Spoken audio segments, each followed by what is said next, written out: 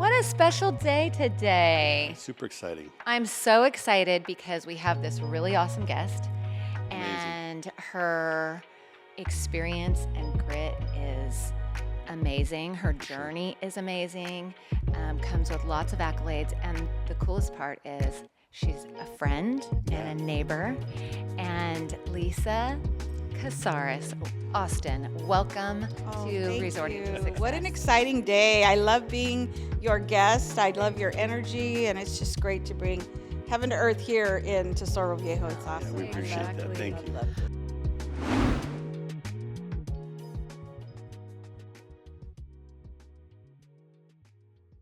I remember the first time I met you, and there was a Bible study here, and you came in, and your energy that you bring when you enter a room is amazing. Oh, well, And I did not know your story then, but after hearing your story, I just love you even more. oh. Well, we do connect in a very special kind of way, right? We do. So today we're gonna hear all about your story. We're gonna hear all about your success, what brought you to what you're doing today, and what your plans for are in the future. Yeah. Trials And, and tribulations yeah. and also successes. What got It's what you builds there? people. And we're going to do a fun little game. So this has been kind of a fun thing that we do as we jump in, and it helps people kind of get their guard down and lets us into where your brain is. So we're going to start with this little game, okay? I love So- games. Okay, so here's what's going to happen. We are going to talk, I'm going to say a couple words. We're going to have 10 words that relate to you, okay? And you are going to say the first thing that comes to mind. Okay, awesome. Empowerment, God, resilience. community, Oh, I love that. Okay, this one's a tough one. Abuse.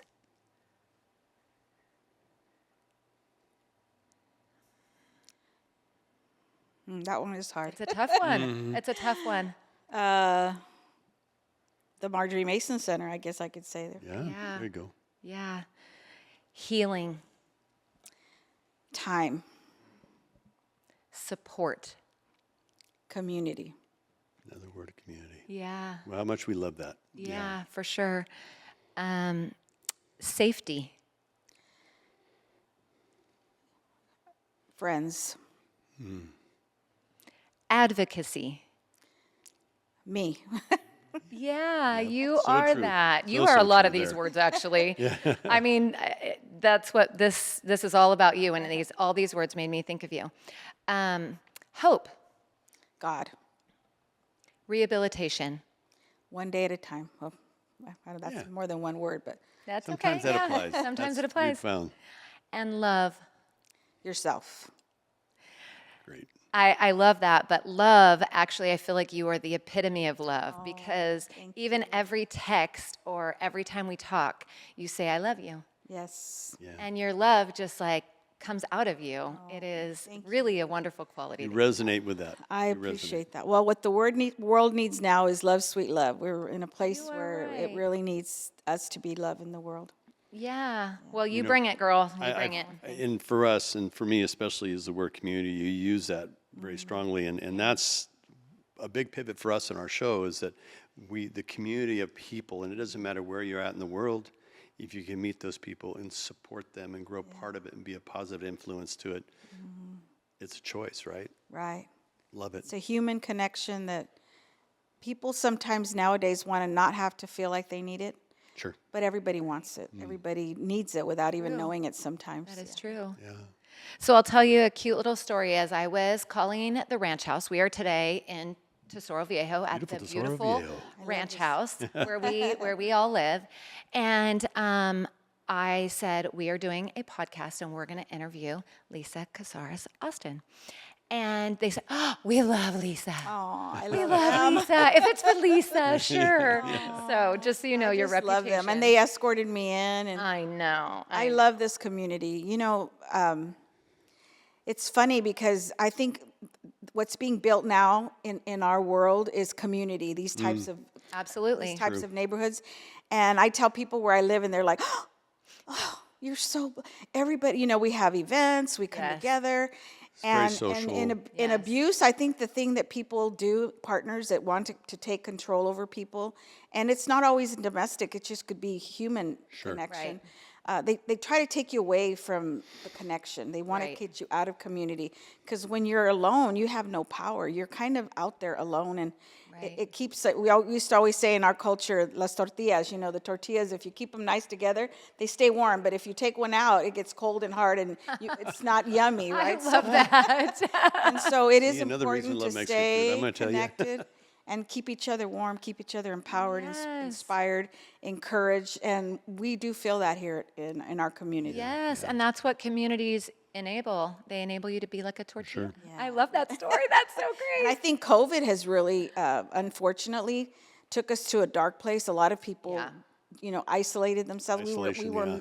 We were actually demanded that we isolate ourselves. Right. And that was really an awful part of this journey of life that Right. so many sure. students, so many people. So Right. even in domestic violence, that's exactly what the perpetrator wants to do. Absolutely. Is take us out from that connection of human. Right. So, Lisa, we all see you a certain way now, right? We see you as this bright spot, but your life was not always like that. No. So let's talk about your journey for a minute and where you were in this dark place. You talk about this a lot. Well, I come from a very traditional, my family there was a lot of control, the religion, the culture, the way you were going to be when you grew up. And so at 12 years old, I already knew who I was going to marry. I mean, it was just kind of like that. So where most people are planning to go to college and things, I had a little hope chest and I was filling it up with all my hopes for my marriage, which was actually on June 27th. I turned 18 on May 27th. And on June 27th, exactly 1 month after my 18th birthday, I got married. And I had a very beautiful wedding. It was huge.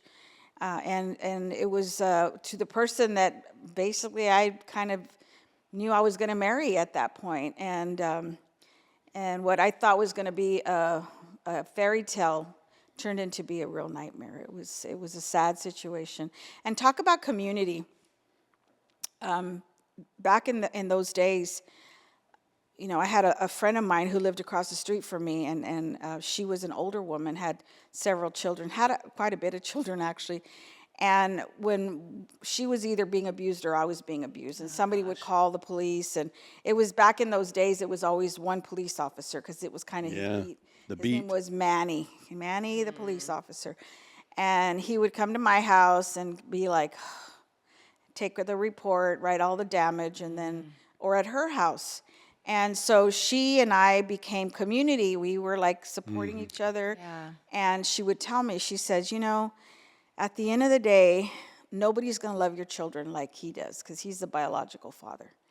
And you That's a want to rough make spot. sure that you get old with him and you're sitting on the porch drinking coffee and loving on your children.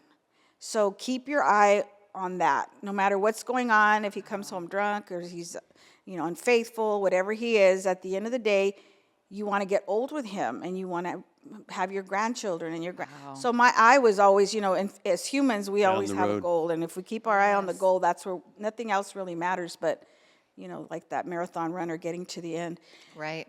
And so during one of those episodes that we were in,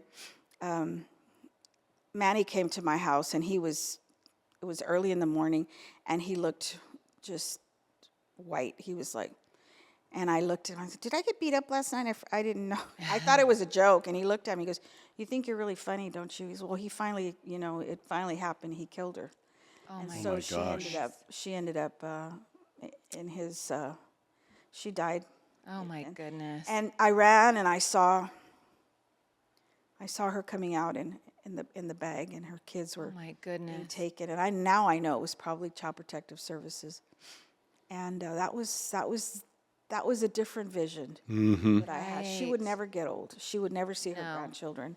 And it was something probably that It was never intended. It was something, I think, that if I remember correctly, it was like in the kitchen or something, and they got into a fight, that somebody pulls out a knife and somebody gets stabbed and it's Oh over. my goodness. And that's usually how it happens. It's usually in a moment of rage that things happen in domestic violence. Right.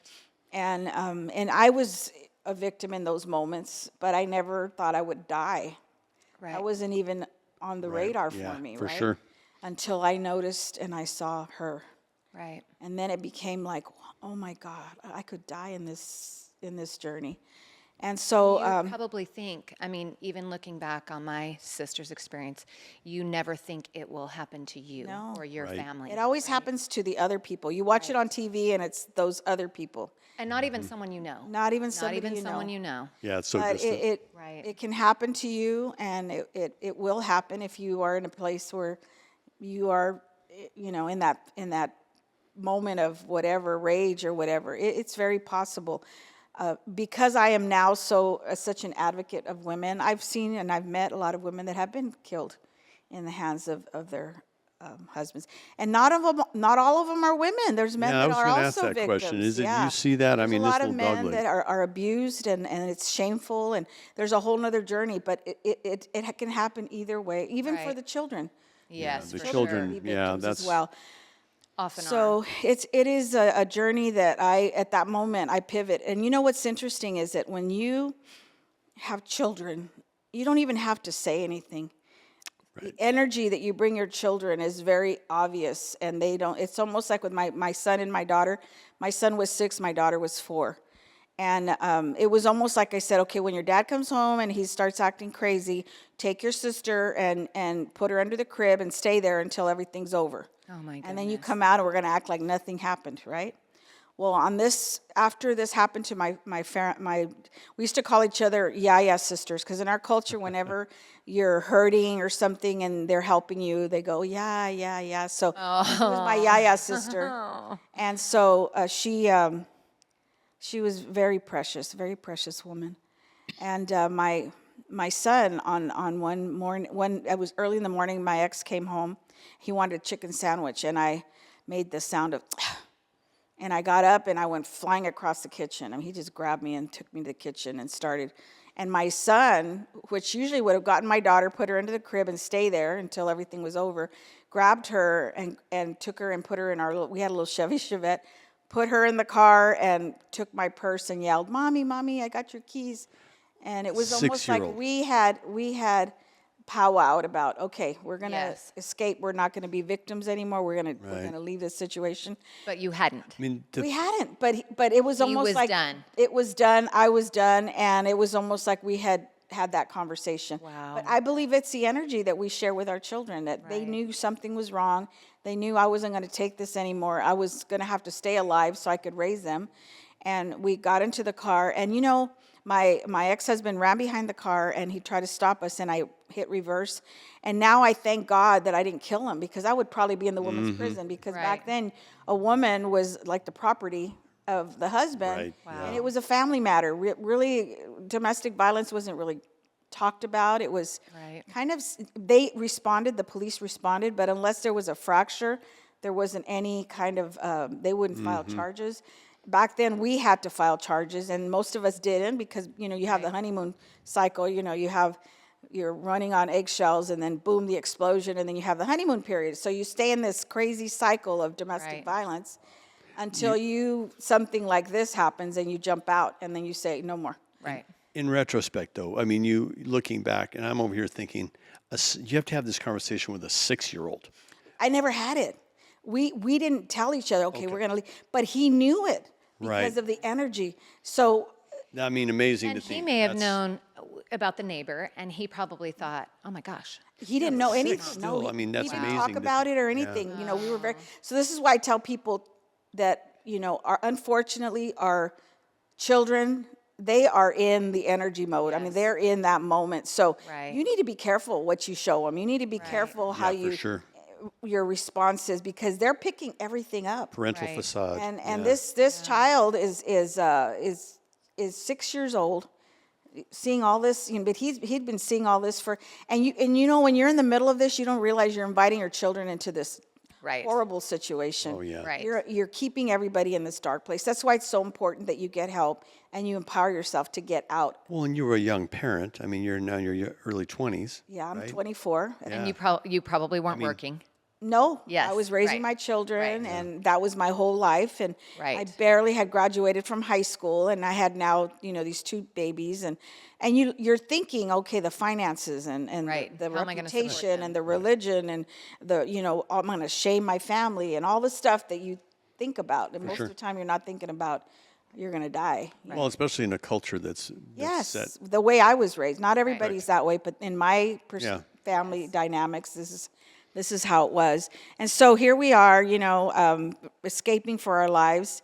Well, Manny that night had given me a card to the Marjorie Mason Center, and he said, "You need to get some help." And I had it in my pocket of my robe. So I ended up in the middle of Fresno. I always remember I was on Orange Street, and I looked up, and I was parked in front of a little AM/PM store. It was actually not even open, and there was a payphone back then. People probably don't realize there's payphones back in the days, and I had some change in my pocket, and so I prayed and I asked God to help me and to be my husband, whatever I needed, and so. I got out and I made that phone call, and I was almost on empty, and they actually came and helped me. Wow. And That's incredible. took me to the Because Marjorie Mason. Marjorie Mason Center at the time, was it in business that long or together? I don't want to say that even at that time, Marjorie Mason Center. Do you know when the Oh Marjorie yeah, this Mason was Center before. They started? were already there. They were over in the older part of Fresno. Yeah. Yeah. Right. Oh yeah, they were already established. Established, Yeah, yeah, you that's could the call word, yeah. them. Yeah, this was back in, gosh, I was 24 years old. So yeah, Wow. they were not as powerful and big as they are Right. An now. entity today, But sure. it for was them they to were come out. available. They did come out. Yeah, these were volunteers that came out. And so they came out. They took me to their place, and I was wearing I had no shoes on, a robe. My kids were in T-shirts. I didn't even have them in car seats. And then I started feeling really sick, and they took me the next day to the hospital just to make sure I was okay. Sure. And I remember I was in the hospital, and I was on the gurney. They kept the children, and I found out that that day I was pregnant with my third. Oh my That was goodness. why I was feeling really nauseous and things. And there was a nurse that was there, and she was helping all the trauma people coming in. This was at the old hospital over on Ventura, Kings Canyon. Oh, yeah. And I did come in by ambulance, so I came in on a gurney, and she was going and she was helping all of the other people coming in by ambulance. And then she'd come up to me and she'd say, "You're important. I just have to help them first, and I'm going to come back and take care of you. So you're going to be okay." And she was just amazing. And I saw this woman, she was like a butterfly, just doot, doot, doot, doot, helping everybody and being powerful and giving them, what they needed, and then coming back to me. And in that place that I saw her, she became this giant of a person. She was not a very big person. She was kind of short, very thin, but she was powerful. Yeah. And in that moment, she came up to me and she was starting to check to make sure I was okay. She got really close to my face, and I grabbed her hands and I said, "Can you pray for me?" And she said a little prayer. And her eyes were just amazing. They were like beautiful. And I feel like we made this powerful connection in just our souls. And she said, "You are beautiful. You have value. You have worth. This is a little bump in the road. You're going to get to the other side." Oh. And I looked at her, and she left, and I never saw her again. But through my life journey, I never went back. I ended up going from the Marjorie Mason Center to the projects because I pivoted to another journey in my life. My family wasn't supported at all. So there was a lady in the Marjorie Mason Center that recommended that I go to school and become a dental hygienist, and that was going to take 18 months, she said. So she was a doctor, mind you. She was right there with me, also a victim of domestic violence. She was in the Marjorie Mason Center. Yes, A we doctor. were together. Yes. Wow. All And there walks was of life. I people, don't think yeah, nobody has an exemption to being a victim. You marry the wrong person, or you're in the Right. hands of another human being, and it could be a natural disaster where you have no control over, right? Right. So she was one of those individuals, and I was very grateful. And then there was a commercial that came out. "Are you lost? Do you not know where you're going? Are you confused?" We were all sitting in a room like this, just watching the TV, kind of dazed out, everybody in their own little journey in their Right. head. And it was a commercial for Fresno City College. And it says, contact this number. And it turned into a little song, 442-4600. And it rang in my head all day, all day, all day, till I made the phone call. And it was actually a counselor, Mr. Perkins, said, I told him what I was doing. I had my children, but I didn't know what I was going to do with them. He says, you bring them. These are my classes, and you come in and we'll figure it out. Wow. So it was like career development, assertive behavior, and it was just all the right classes that I needed to set my foundation. And he was in one classroom, one right after the other. So I took my kids, we went to college, and became very much about helping others. And then the students actually would take my kids and watch them while I went to class. So we became a community. yes. I started helping the police academy. I would review some of their they had to put a document together of their life, you know, and I was good at writing, so I would go and help them. And so some of the guys started taking the baby, because by then I had Anthony, which was my baby. And Yes. so they would take him, and we had diapers, but they were cloth diapers. Right. They couldn't, We were talking they about that hated that. recently. So at the end of the week, they all gave me a quarter. We bought Pampers, and then they would take Anthony. And then we found out that there was childcare on campus, so we were able to get the other two in the childcare. And then they kept helping me with Anthony, and it was just community. Community. And it was Right. people believing in me and me believing in myself. And that woman who kept saying, you're beautiful, you're powerful. And it's just like I took it. And then my counselor, Pauline Fuller, she said, you need to go into social work. You are so good at I started a group for young women. At the time, that was what I was empowered by. Women that were single parents. Okay. So I started this support group at City Right. College. Natural born leader and just Yes, a I just did it manifest. because I wanted us Yeah. to Needed the connect. support too. Yeah. Yeah. And so that was kind of our journey. And Wow. I said, well, how long is that going to take? She said, not that long. So she changed my classes to transferable classes, which I didn't know there was a difference. I had never even saw myself a college person. And so, yeah, 15 years to get my master's in social Oh work. my goodness. So you definitely fought hard for this. You know what? It was a fight, but it wasn't a fight that I fought alone. There was a lot of Yes. angels in my life, human angels Yeah, I was Right. just came alongside. I was sitting here thinking, is that thing you started with that one nurse as an angel. Are you ready to hear the rest of that story? Well, I am, and that's the part that I parts love of me this. make me think there's more. There is more. So I, by then, become a Rotarian. I'm now started Angels of Grace. Angels of Grace was conceived by my own experience of doing emergency response while getting my master's at the Department of Social And let's Services. clarify real quick what Angels of Grace is. Sure. Okay, Angels of Grace is a foster care agency. We're licensed in the state of California, so we work alongside Child Protective Services. Okay. So when kids are the police is being called out, and there's, let's say, a drug bust, and there's children in that home, they contact Child Protective Services. They come out, Okay. and then the police is the only one that can put holds on children. So we come out, and I worked alongside them now as Angels of Grace Foster Family Agency. But back then, I was actually a student responding as a social Okay. worker, Wow. taking these kids, and I would say, well, where's the diapers? Where's the formula? And we had nothing. And I'm like, wait a minute. How are we supposed to be rescuing children and not have these items? And the Right. social workers would say, when you grow up and you start an agency, you make sure you have all this stuff. And it was, I think, prophetic, because now with Angels of Grace, we Right. have our emergency closet. Right. So the minute I get my kids, I have everything I need: diapers, formula, head lice lotion, Oh my pajamas, all these things. Right. Things have changed in 25 years. We've been around since 2000. I was just going to say, you're going to be celebrating 25 25 years this next year. And now kids are right away going with family. They don't really put holes on them like they used to. Okay. The 300 holes, which put them in the care of the state of California. CPS. Okay. Yeah. So now, right when they get them, they're looking for family members. So now we have a grandma that might be 75 years old who's going to have 5 grandchildren. Goodness. And it's called a safety plan. So now she really needs help. Yeah. Right. So we now come you're helping the alongside grandma. families. Yeah, we're Okay. doing this ministry work. I think we're doing more social work now than ever before. It's a struggle financially, but the community, once again, comes alongside us. So I'm part of Rotary. Rotary's Okay. part of filling our need as far Right. as donations, clothing closet, community awareness, all that good stuff. So we had a deputy back then, a police deputy named Pat Farmer. And Pat, amazing man, he's my heart, came in and he was doing a triathlon. And so he was coming in and he had all his people there, all Right. these people that were there to support him as he was presenting to the Rotary. It was Sunset Rotary. And as he was speaking, he's also talking about the lights that they were putting in West Fresno and how he was a part of that.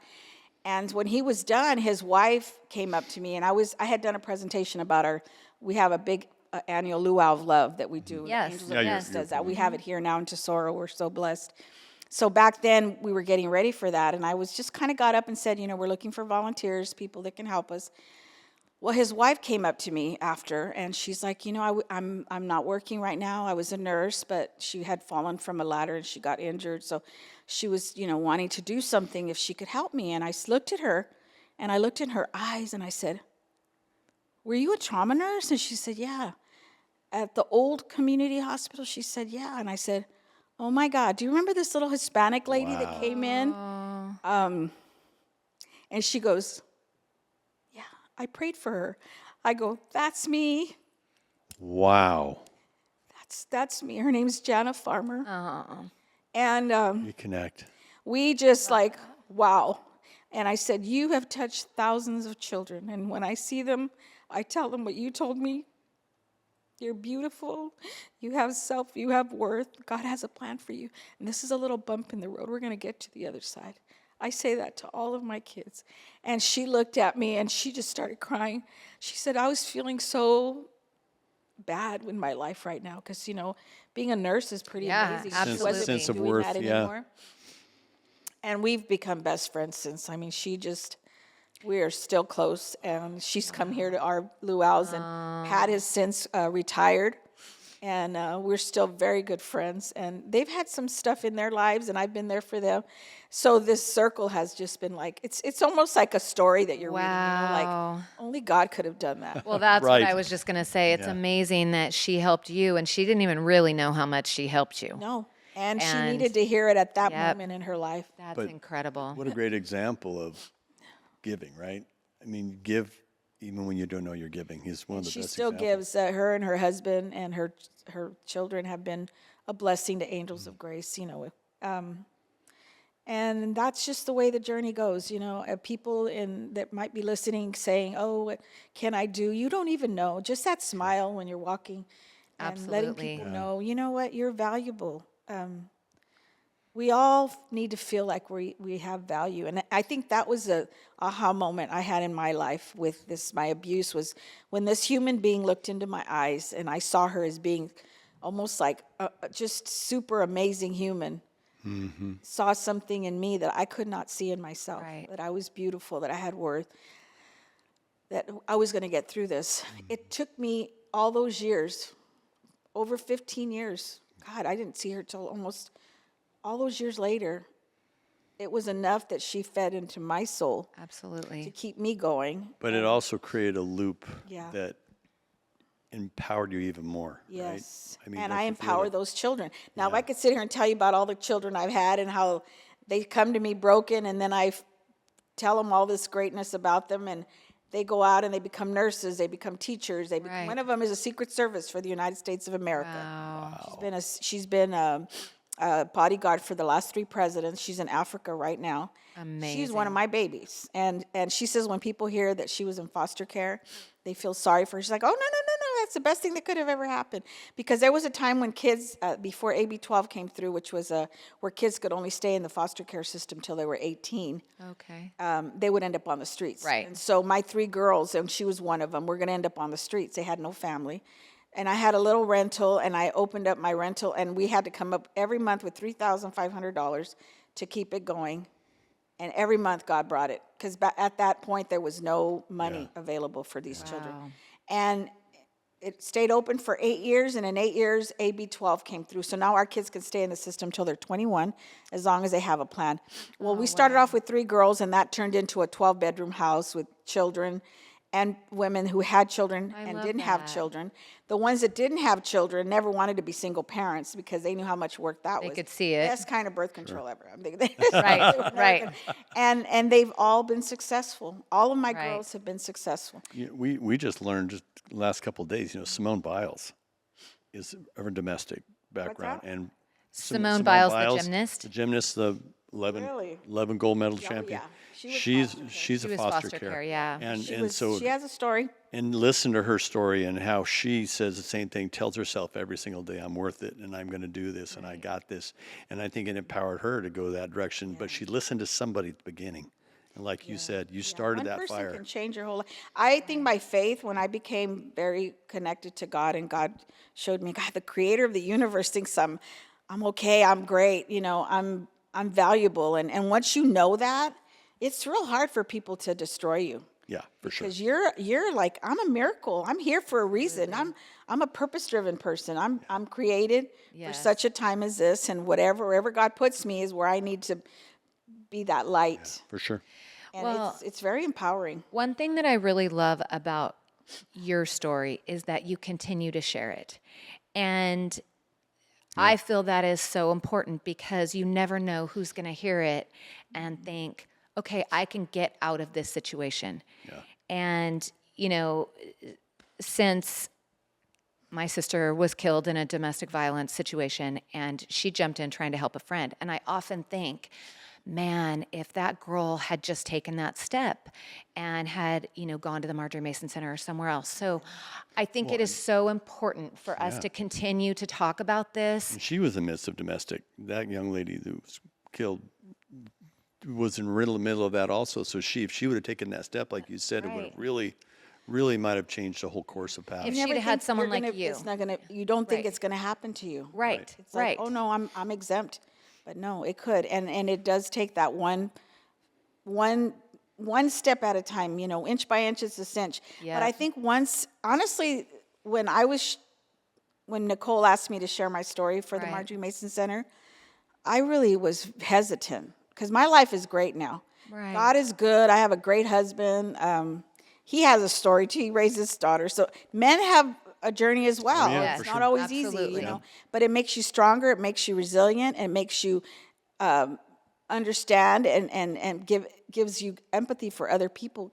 It could happen to any of us, and nobody is below or beyond anything happening. The doctor that was sitting there, Right. encouraging me to go and become a dental hygienist, she was.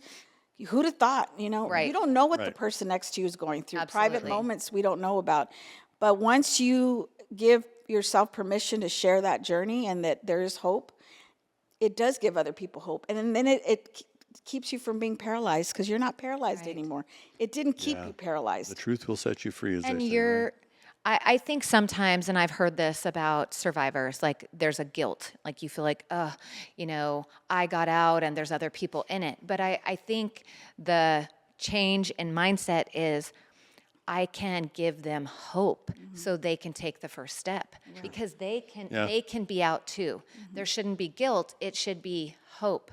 And I feel that in a lot of things, starting school, starting a diet. I mean, these are all trivial things, but that first step is the hardest. It is. Right. That first step, and the same applies in a domestic abuse situation trying to get out. And it's always, I think you're more likely to succeed if you have community. Like even a diet, if you get somebody to do that with you, somebody to Absolutely. walk Support with you, systems. and there's accountability. Yeah. It's important to have community because you can have all the intentions, but if you're out there by yourself and you don't have that community, it's easy to, like the tortilla, get cold. Right. And get crumbly Right. and not be good for anything, so Well, like you said earlier to us, is that, you went back 6 times.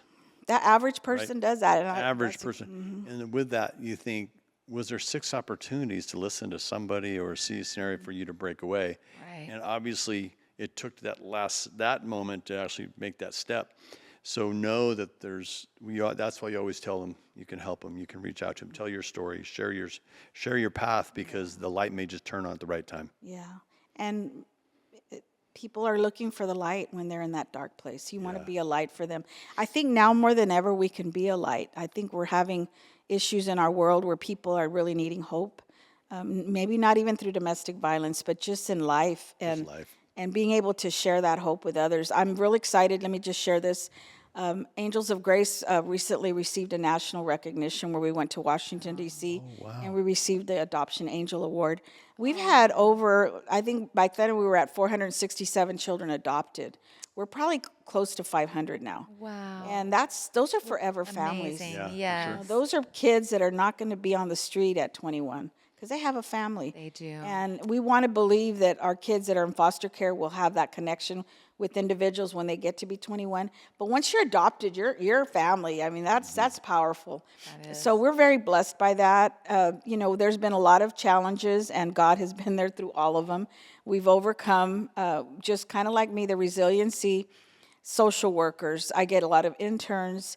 A lot of them come in with a very privileged idea of what they're going to do. Right. And then I get to share that we're here to be serve others, not Servants, to be yeah. served. And it's easy when you get your master's to say, well, I'm not going to do that because I have a master's. Well, that master's is to help open the key to help others come through where you can share and you can make the world better for them. That's what that master's degree is for, in my opinion. So it's been fun to watch and help kind of redirect their minds. Some of my students, well, we're not going to go in the clothing closet because that's not in my description. Well, this is the number one thing when kids are being rescued. They need to be valued, and they need to be clean, and they need to feel like me, when I didn't even have shoes on my feet. Somebody put shoes on my feet. I'm human. Right. I have my basic needs are being met. Now I can start Right. building myself from the out, from the inside out. And really, that's what it's all about. Well, and so many of us, do we take for granted we have the basic necessities, right? We have a roof over our head. We have then some, food, right? Right. Yeah. We have clothes. We have all these things, and you don't even really think about people that are fleeing a situation or just in general don't have those needs met. That's crazy. Yeah. You told me as we were talking about we're partnering with you this year on our donation drive. Super excited about that. We're That's really gonna excited about. And we said pajamas, socks, underwear, mittens, and you said something that resonated with me. You said a lot of kids that we see have never had a pair of pajamas. No, And that's crazy. They've never slept in pajamas. They've Yeah. slept in their clothes, and it's really kind of cool. One of our girls in our safe haven home, the one that actually is a Secret Service person, we had some women that came in, and they were designers of homes, and they came in and they designed the home beautifully. It was like the message I wanted them to have is that they were worthy and that they were going to live like royalty. So their rooms were beautiful. Anyway, one of my particular girls was in this bedroom, and it was all black and white. It was beautiful. And one day I'm walking by, and I'm thinking, God, she keeps her room looking great. Didn't even look like she slept in the bed. Well, she didn't. She would sleep on the floor because she didn't want to mess up her bed. Oh, my And so I had to teach her it's okay to sleep in the bed, and we make it up. So those are the kind of things that we want to teach our kids. So she started feeling, wow, And it was funny because she bought a beautiful home when she went to work for the president. And the whole house was black and white on the inside because that was her happy moment, right? Yeah. Those were her happy things. So yeah, we want to teach our kids, even toothbrush, toothpaste, we give them all. Some of the kids, they come just filled with bad cavities and head lice. I mean, I've had kids that are crawling on their face while I sit there all night and clean up their hair. And I will do that. I will sit all night with them and clean them up. And because I don't want them to go and infect the other kids. And I don't talk about it. I say they're having a beauty treatment.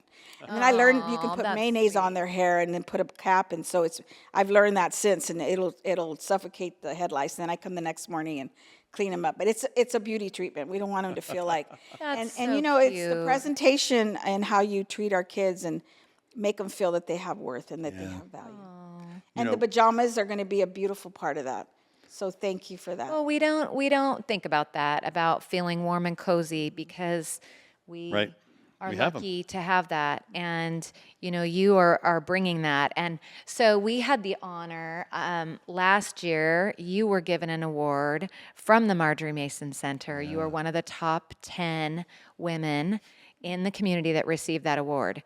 And hearing and seeing that video that played with your story, I just hope continuing to talk about what you have been through. Yeah. There was 1,500 people in that room, and not one of them did not have a tear in their eye, I Yeah, can tell you. exactly. That was really the circle The full circle moment. moment. Yeah. I'm so proud of you. Now, what this you've is even done. this is even more. I'm going to share my heart. My daughter, who's now married and has children, has adopted several children. Her and her husband. She decided she wanted to be a social worker, so she was taking classes left and one here, one there, and she got her degree in social work. Well, guess what? She now works for the Marjorie Mason Center. That's She's one of amazing. their case managers. She works with women and empowers women. And we look at how God can use our hurts. He doesn't waste our hurts. Right. Right. Those things that you've been through will help others because you have a compassion now Sure. for what it feels like to be one of those children. She was one of the children being rescued. Yeah. And so There's results. it's pretty amazing. And she tells me now, oh my God, Mom, I had this woman and I'm so excited because, she's being empowered and how she's empowering this woman. And so, yeah, even our children are watching. And that's so important. I think people need to know our kids are not, they're not just there. They are watching. Yeah, they're they're absorbing everything. for sure. And we can use those hurts to help others. When we met, well, I mean, we knew each other before this happened with my sister, but I'll never forget that phrase that you just said. I was in the midst of this great grief, and you said to me, God does not waste our hurts. And honestly, Lisa, I have thought about that many times because, it's something that you either wallow in it or you do something with it, it, right? for sure. And so that is a phrase that I have kept really close in my heart, and I think that can help people to say, man, this happened to me, but he doesn't waste those hurts. You have to keep going and move forward and do something with them. Lisa, this is, I bring this up almost every one of our shows because I think it's important. We pulled the name of Resorting to Success and make it sound like it's a show about making money and winning the world, but it really is about meeting people like yourselves that have chosen this path, God empowered, personally empowered. That's resorting to the success of where you knew the right direction is.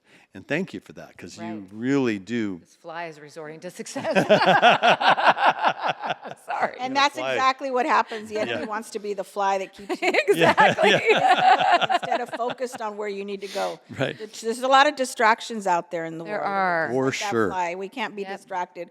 We got to stay focused on what we know we're supposed to do and be purpose-driven people. Yeah. Because it's easy to, and take time to take care of ourselves so we can continue to be a blessing. I tell my students, I said, in every other job that you do, if you're a carpenter, you got to keep the blades nice and sharpened so you can make the best quality furniture, whatever you're going to do. We are the tool. Right. As social workers, people that are in the community helping others, we are the tool. Right. And if we don't take care of ourselves and we don't do self-care and we don't spend time, I have to spend time with God in the morning and being, feeding my soul. Because I'm in a spiritual war every day. I'm in a spiritual war. I'm going and picking kids out of meth houses and, and those people are in bondage. And if you go in there and you're not equipped, you will not be the light. It's a great word. I through my life, I've met a few people young people that were in the moment saying, I want to be a social worker. And I thought to myself, bless your heart. Because to be honest with you, that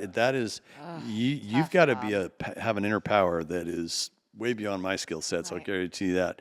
And it's an undervalued role in so many ways. I think we're all here for an assignment. I say, my personality and what I've been through, I think God allowed that to, I don't even see my work as, it's not work, it's just not my work. calling. Right. I was up last night placing kids and then I'm here this morning.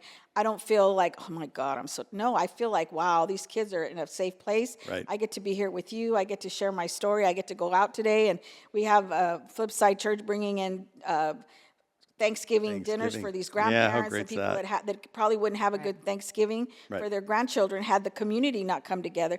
So there's a lot of connecting the dots, right, that we get to do.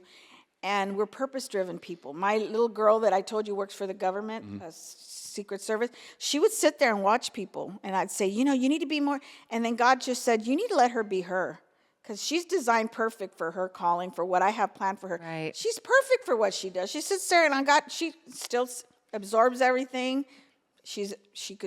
I'm sure she's Power doing of the great observation is a tool Yes. too, things. though. Yeah, she is doing great things, but that was exactly who she needed to be. Right. So I tell however my kids come to me, I can't wait. Sometimes I have kids that are just woo, woo, woo, and I'm like, and then they grow up and they're cheerleaders. Woo, woo. Yeah, yeah. Exactly what you were supposed to do. Yeah, right. So we are all here for a calling. We all have a special assignment, and we have to honor each other and, Yeah, and for sure. embrace the uniqueness that we have. Because Right. my husband and I couldn't be more different. We are so different, but we complement each other. We're good. We're like judge. I'm the flower Sitting behind the judge. power, right? Yeah. And he's my solid person. So it's just the design that God's created, and Right. we're all you do life on purpose with a purpose, and then you get to rest and you get to do it again. And this journey is so short. It I is. can't believe it. I'm Yeah. 61 years old now. I started the story when I was 18, and look at Wow. this, all these years.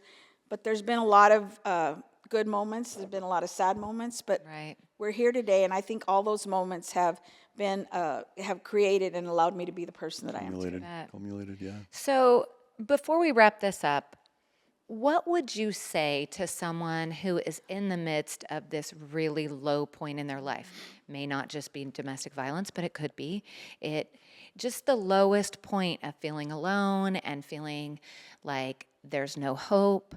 And what do you do next? What would you say to that person? I'm going to tell them what Jana Farmer told me. You're beautiful. You have value. You have worth. God has good plans for your life. This is a little bump in the road. We're going to get to the other side. Love that. Simple, easy, and direct. I love that. It's from my soul, and it was from her soul. Yes. And we just need to remember that. We're all here for a reason. We have worth. Nobody's here by accident. Right. Love that. So, Lisa, if people want to help your organization, how can they do that? They can contact us at Angels of Grace. You can go to angelsofgrace.org.com. And we also have the ability to call us at the office, 559-268-0000. That was another blessing because it's 268-0000. Halo, halo, halo, halo. We didn't pay extra for that. The guy from the telephone company goes, I have the perfect phone number. So we've had a lot of perfect everything, That's Oh my God. Absolutely. great. And we know that it's just been God, putting this thing together. I mean, I Laying didn't the know how to tracks. start a nonprofit. Some attorneys came together and helped me set the foundation, the CPA, everybody that needed to be there to do their part. And then I get to do my part. And then together we Right. have something great, right? We go through an accreditation every year. We go through CARF International. We have audits every year. We do well because we have all the great people that come together support system. to keep this nonprofit going. So, and in the community, the clothing closet, the financial support. Right. Right now, we've had huge cuts from the state, and we still are doing what we do. And we just get up in the morning and we keep doing it until God says, "Okay, you can stop." I haven't been given that permission, so I I'll don't just think keep that doing day's ever coming for you. I think you're always going to be the tip of the sword. I don't see this as a job. Yeah. It's really my calling. It's really, Love it. and my social workers, they were my students. Now they're social workers, Which is really incredible. and they're all there Yep. getting up every morning. Your army. Your army. We're an army. We're small, but we're mighty. So I know when we were talking about what your needs were this holiday season, and we talked about the pajamas, the underwear, the socks, the mittens, but you said something to me. You said you have this group of kids that are 18 to 21. Now I know a little bit more about that. And you said for them, gift cards. Yeah, Gift they like cards gift are a cards. big need. Yeah, we actually today I'm going to go and pick up toys for Toys for Tots for the little ones, and those are to age 12. And so everybody loves the little ones, and I love the Absolutely, little ones of too. course. But my kids, these are like they're some of them are 21, but they're little still on the inside. Right. And so the gift cards they love because they get to go and buy their own stuff and, Yeah. and have a little bit of they Personal. can pick what they want, and so Right. they really appreciate the gift cards. So we are collecting at Resort Life Carts. Yep. If you bring a gift card there, we can take it and put it in a safe place. So we're happy to collect those for you. They can bring them to your agency and donate online, right? Yes, they can And do our that great as well. partnership with the Cerro Viejo. At the hub At the hub here, there'll be a box here at the resort. and at the ranch house here. Ranch house. So Got a lot of places to help, and we're excited to do every much. Even gently use clothing from children. We have our clothing closet there, so they can come by the office. We're located at 6179 North Palm. In Fresno. We're just north of Bullard. Okay. And it looks like a house. It looks like a pink house. There's a big yard area. You can drive in and it goes right out. And you can go to the back and call the social workers at 268-0000, halo, and we can help you with that. And I always created an environment, an atmosphere that looked like you were going to grandma's house. So when my kids come, they feel like, oh, this isn't another government building. Yeah, warm Right. and fuzzy. Even if we're licensed with the state of California, it is a government building. It's kind of it's created a safe place, a place where they can feel like they're being embraced by their grandma. And I'm a la abuelita, I'm grandma. I love that. And it feels good to them because they are safe. They're in a place that looks like a home, feels like a home. And that's always been every place that I've been to has always looked like a home. Oh, I Like that. love that. Is there anything else you want to tell our listeners?